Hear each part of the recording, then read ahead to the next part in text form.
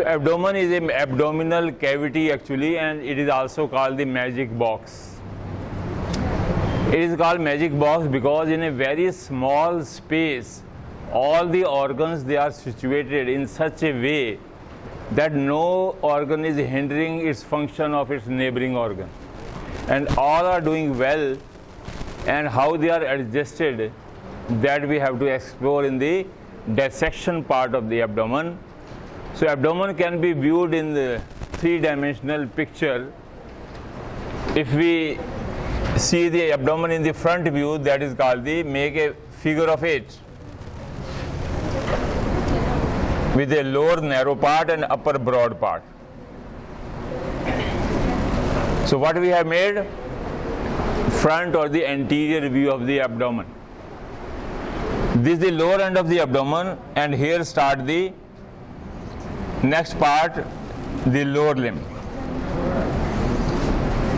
And here lies the umbilicus. So this is the front view. The lower part of the abdominal cavity is also called the pelvic cavity. And here lies the pubic bone, that is pubic symphysis here in the midline. Laterally the pubic crest with the inner lip, the outer lip, and anterior superior iliac spine. And this is the largest part of the hip bone. So you are all familiar with the hip bone and the lumbar vertebra and how they are forming the or incorporating in the abdominal wall formation. So that is the anatomical position of the right hip bone. This is the iliac crest, this is the anterior superior iliac spine, this is the anterior inferior iliac spine. This is the body of the pubis, this is the pubic symphysis, and this is the superior ramus of the pubis bone, this is the pubic tubercle. So from the pubic tubercle to the pubic symphysis, this small part is called the pubic crest. The superior ramus has got the triangular area that is called the pecten pubis.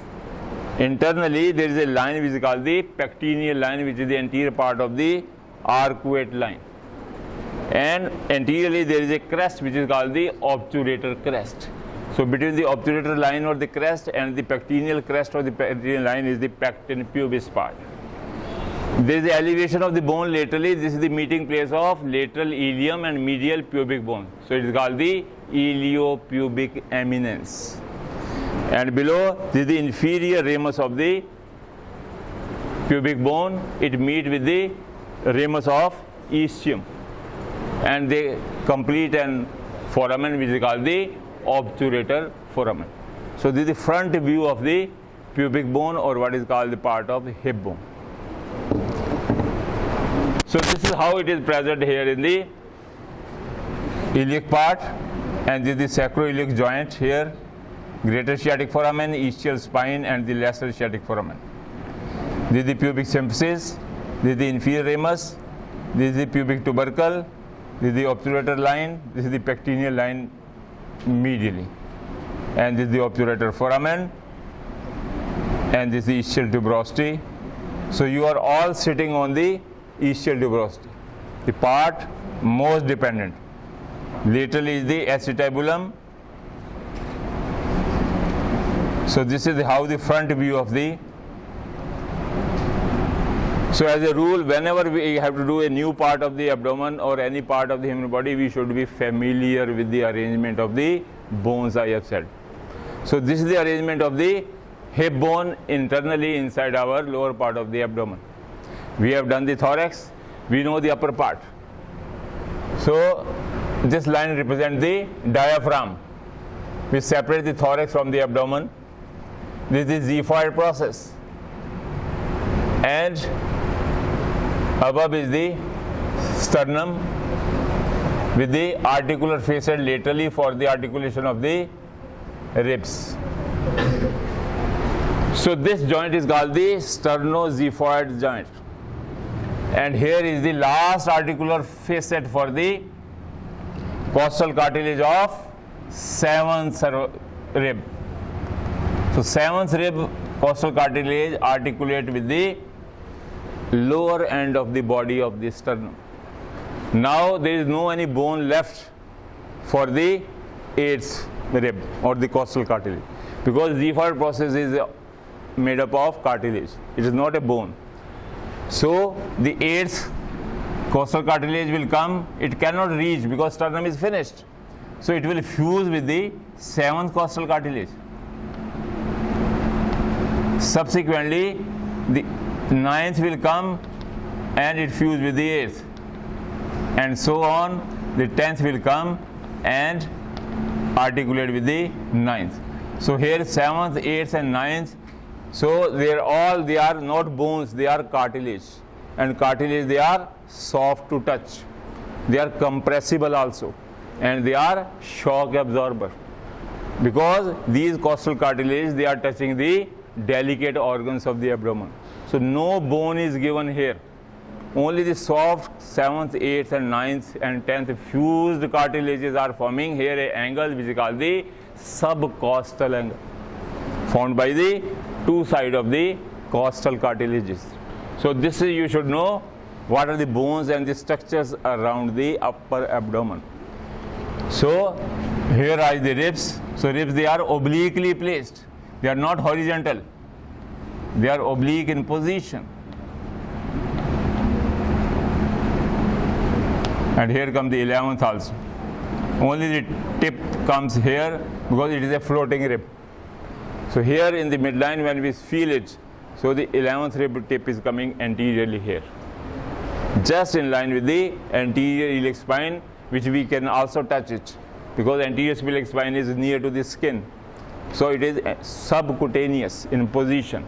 So this is how we see the structures in the front abdominal cavity. Then make a big kidney. When you make a big kidney, what you have made? Sagittal section of the abdominal cavity. Midline section or the lateral view of the abdomen. This was the front or the anterior view. This is the lateral view. And below here is the lower limb. So when we cut in the midline, so pubic symphysis will be cut. So this is how we show the cut part of the pubic symphysis. So the pubic body of the pubis is cut. And here you find the sternal notch, manubrium sterni, the body of the sternum with articular facets,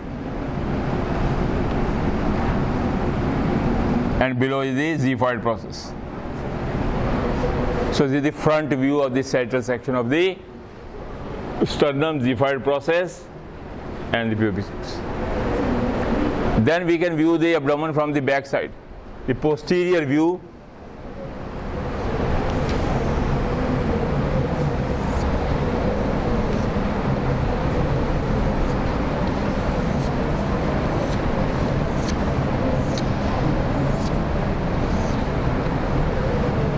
so we have done the upper limb also.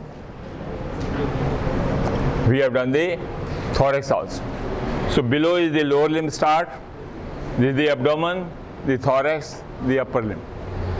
So in the midline, there lies the vertebral column containing 45 centimeter spinal cord.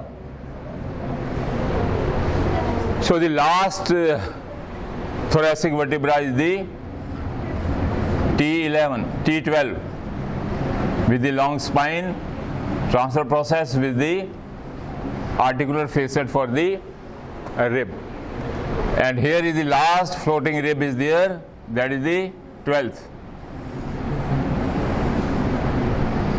And above is the another floating rib, that is the longer than the 12th, is the 11th. Then start the lumbar vertebra L1, L2, L3, L4 and L5 with intervening intervertebral disc. And there are small spines, but stout and very, very strong spines of the lumbar vertebra. The features of lumbar vertebra is small and stout transfer process as well as spinous process. Both are small, but they are very strong.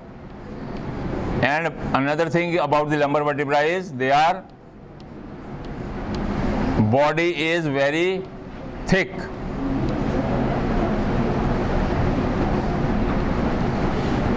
So this is how you make the posterior view of the lumbar vertebra from L1 to L5 with the spine, transverse process and the lamina seen from posterior aspect. The special feature of the lumbar vertebra is, which is not present in the cervical, not present in the thoracic, is, anybody? How you distinguish this lumbar vertebra? We have given 3 days to you only to do hip bone and lumbar vertebra. Only because everything should be on your fingertips.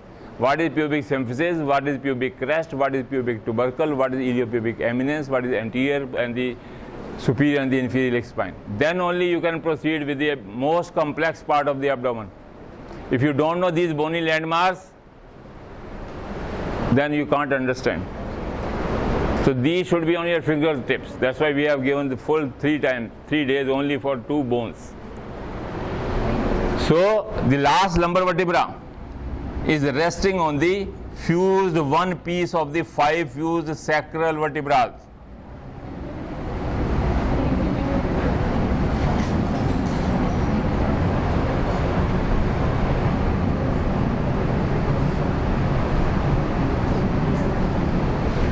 So a one piece of the 5 fused sacral vertebra, they are called the sacrum.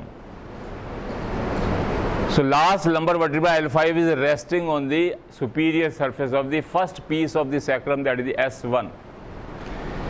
And the disc in between is called the lumbosacral disc. Lumbosacral disc. And laterally to the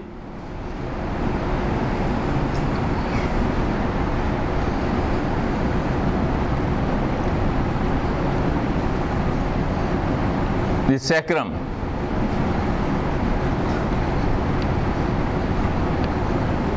and below the coccyx, 1 or 2 pieces, and laterally lateral part of the sacrum, it meet with the iliac tubercle or tuberosity. There is a difference between iliac tubercle and iliac tuberosity. 90% of the students fail to answer in the exams, so underline it.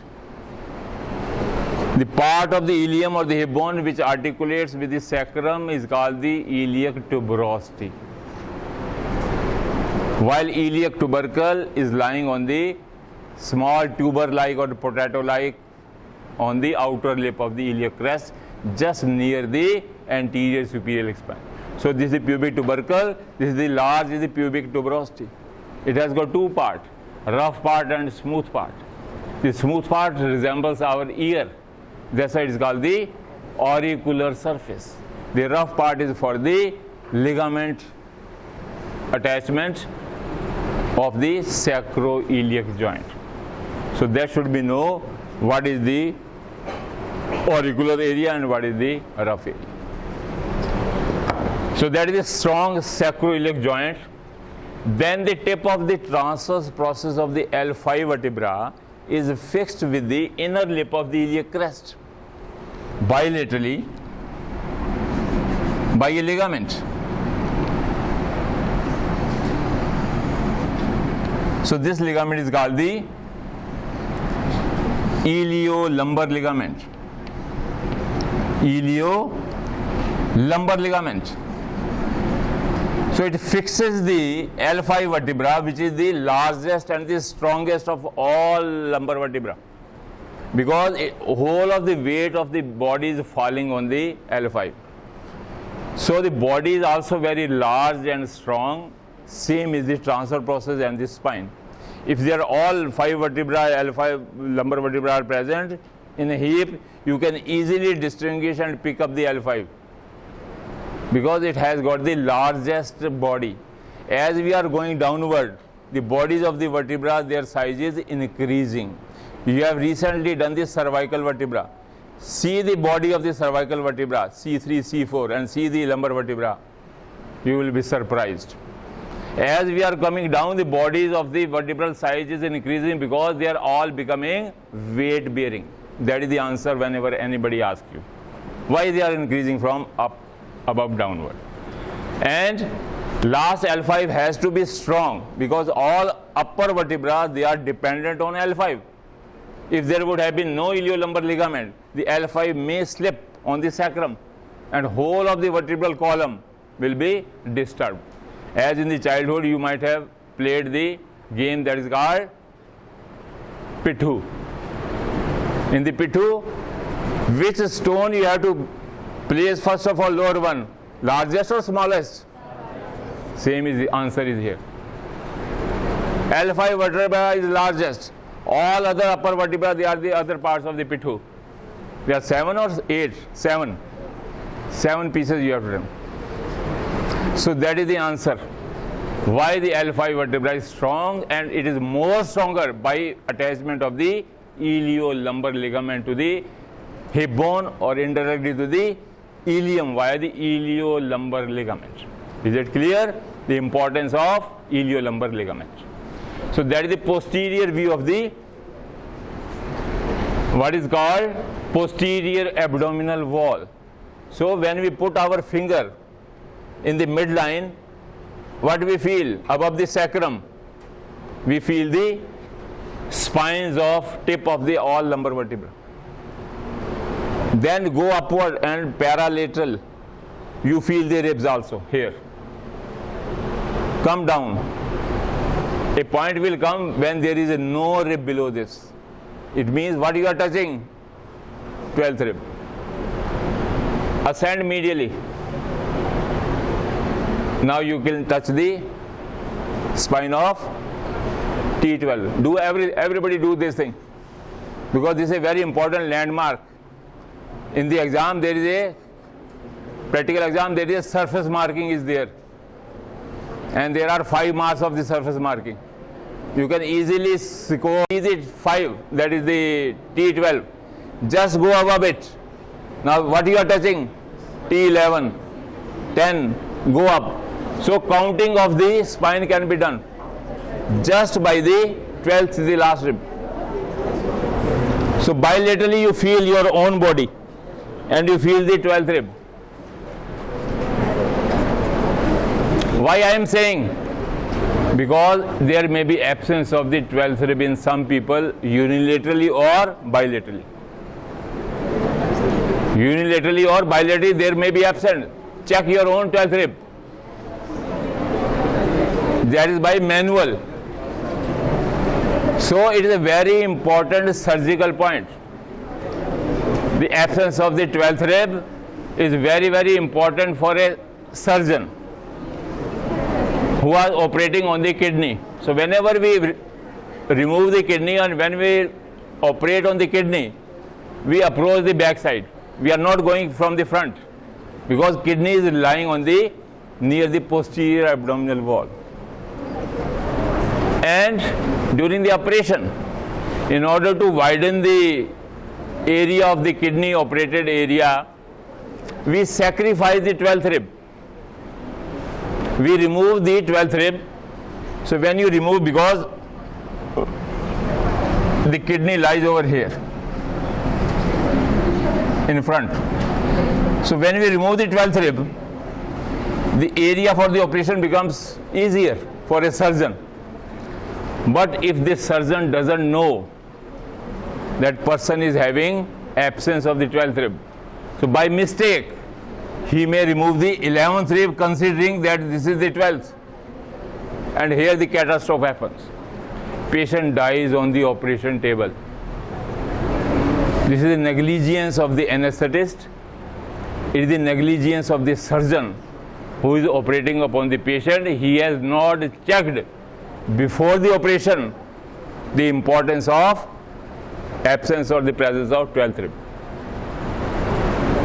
So these questions will be asked in the examination, because you know I have given you the pre-term question paper. and more than 2/3 of the paper was clinical based. In the term, it will be more clinical than this. So be prepared for these things. So question will be asked lagai 12th rib also. In the thorax also, it may be in the abdomen also.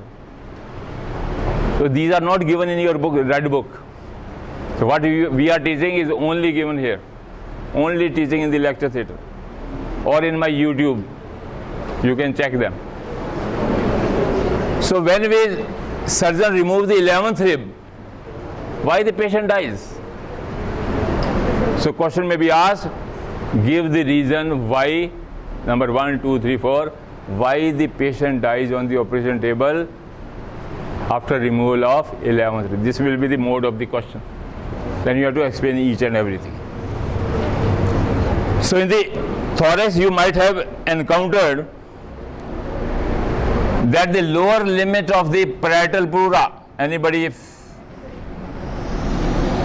know what is the lower limit of the parietal pleura? Lower limit of the parietal pleura is the same as the diaphragm you have done yesterday. Diaphragm also lies at the level of T12, aortic opening, median arcuate ligament. So that lies at the lower level of lower border of the T12 vertebra. So lower limit of the lung and lower limit of the visceral pleura or lower limit of the parietal pleura you should know. And it comes into the surface marking. In the exam, the practical, we will give you the chalk and you have to mark the parietal pleura or visceral pleura. So you have to thoroughly do the surface marking. As we are finishing with the head and neck, so you have been also given the opportunity to do the surface marking also, 1 or 2 days. So you have to do everything. In the examination, this will be of 5 marks. So the lower limit of the parietal pleura is in the midline is the T12. And in the mid axillary line, at which vertebral level it lies? Remember, T10. Anteriorly at the level of mid clavicular line, it lies at the level of T8.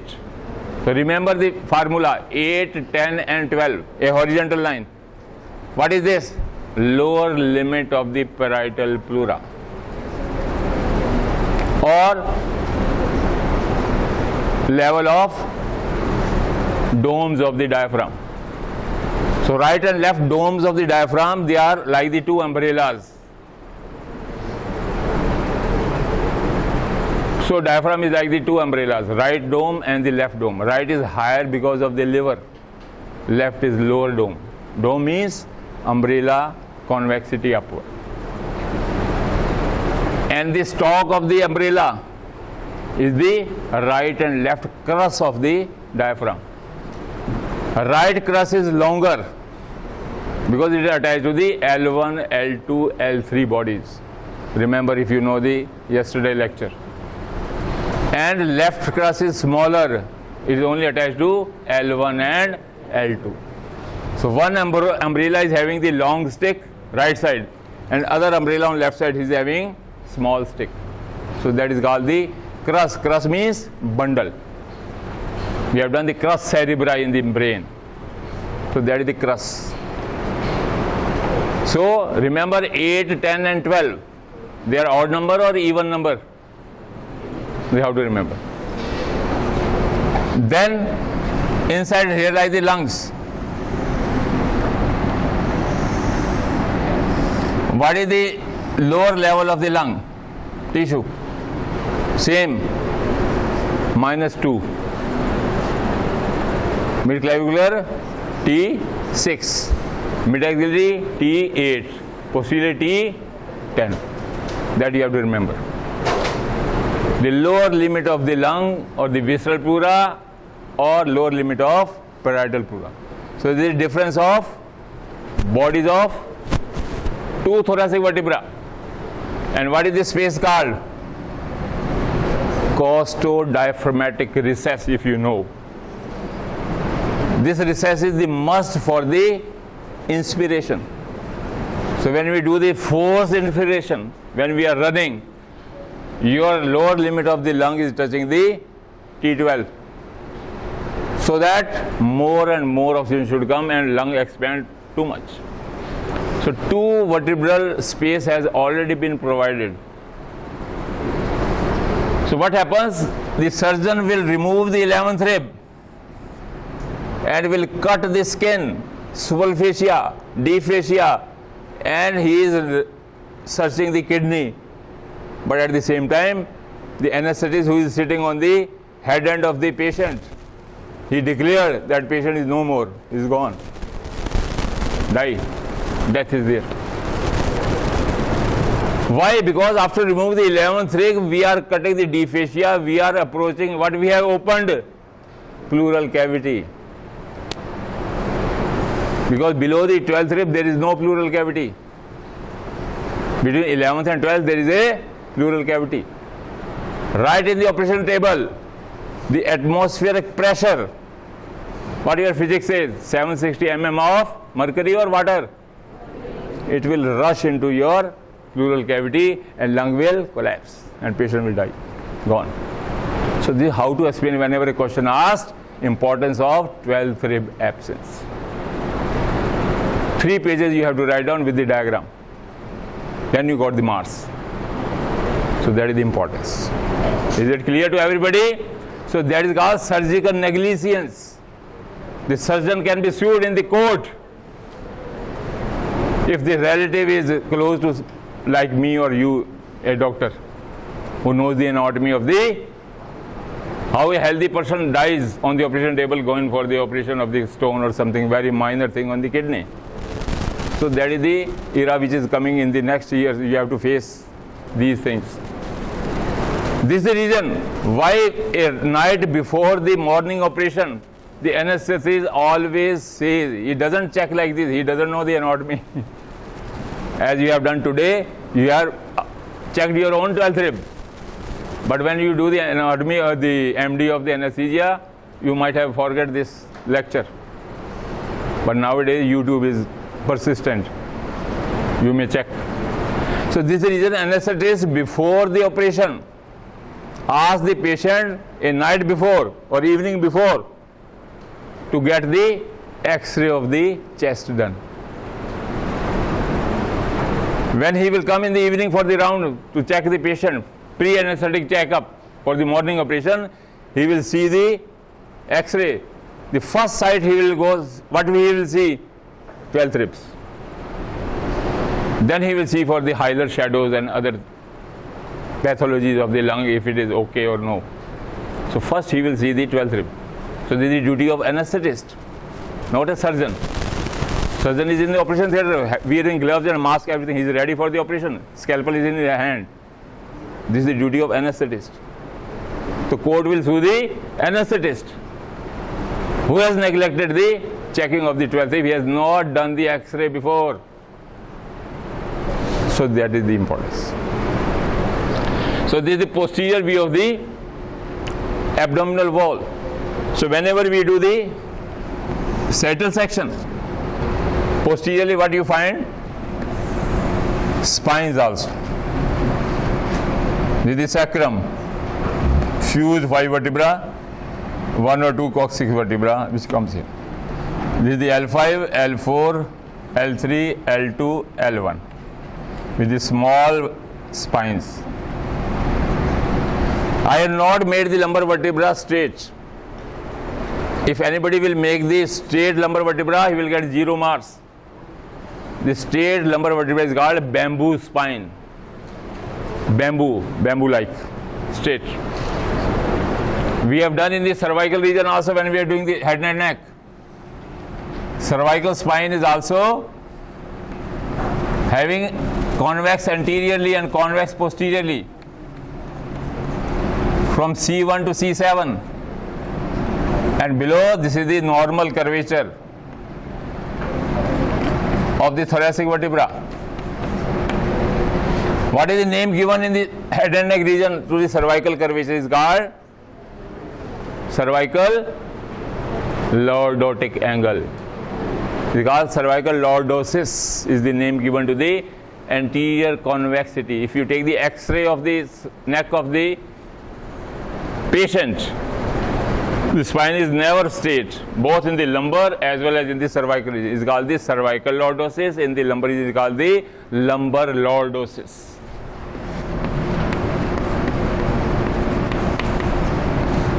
Cervical and lumbar. This is a physiological curvature. Physiological curvature is for the benefit of the human body. So in the head and neck region, I have told you that the cervical lordosis, whenever you take the X-ray of the newborn child, the cervical vertebra is straight. When this curvature appears, when the curvature of this cervical lordosis comes, it is called the neck holding time. Whenever the child starts holding the head on the neck, head is large, with the cranial cavity, with the CSF, with the brain. So after 2.5 to 3 months, if you take the lateral view of the X-ray of the child, the curvature cervical lordosis is there. Because before 3 months, the semispinous capitis, splenius capitis, trapezius muscles of the neck, and anterior muscles, sternocleidomastoid, suprahead and infrahead muscles, they are not well developed. So in the newborn baby, it takes 2.5 to 3 months to make these anterior and the posterior the muscles this strong. Then only the child can hold the head on the cervical spine. And there is a physiological curvature appears because of the weight bearing. So that is the common sense. So child bearing head is only after 3 months. So if you take the 3 month X-ray, you will get the lordotic. Or in the adult, if you take the lateral view of the X-ray of the cervical spine, and if the cervical spine is straight, then patient is suffering from a disease that is called cervical spondylitis. In the cervical spondylitis, if you see the X-ray, all the C1, C2, all 7 vertebrae, they are straight like the bamboo. This is the diagnostic of patient is suffering from cervical spondylitis. The lordotic curvature is lost. Why it is lost? Because of the spasm of the muscles. Spasm of the muscle make the spine straight. Patient's neck is painful, and all the brachial plexus nerves, they are going into the upper limb. C5, C6, C7, C81 is going. So patient has got the pain in the neck because of the spasm of the muscle, plus pain is radiating from neck into the upper limb.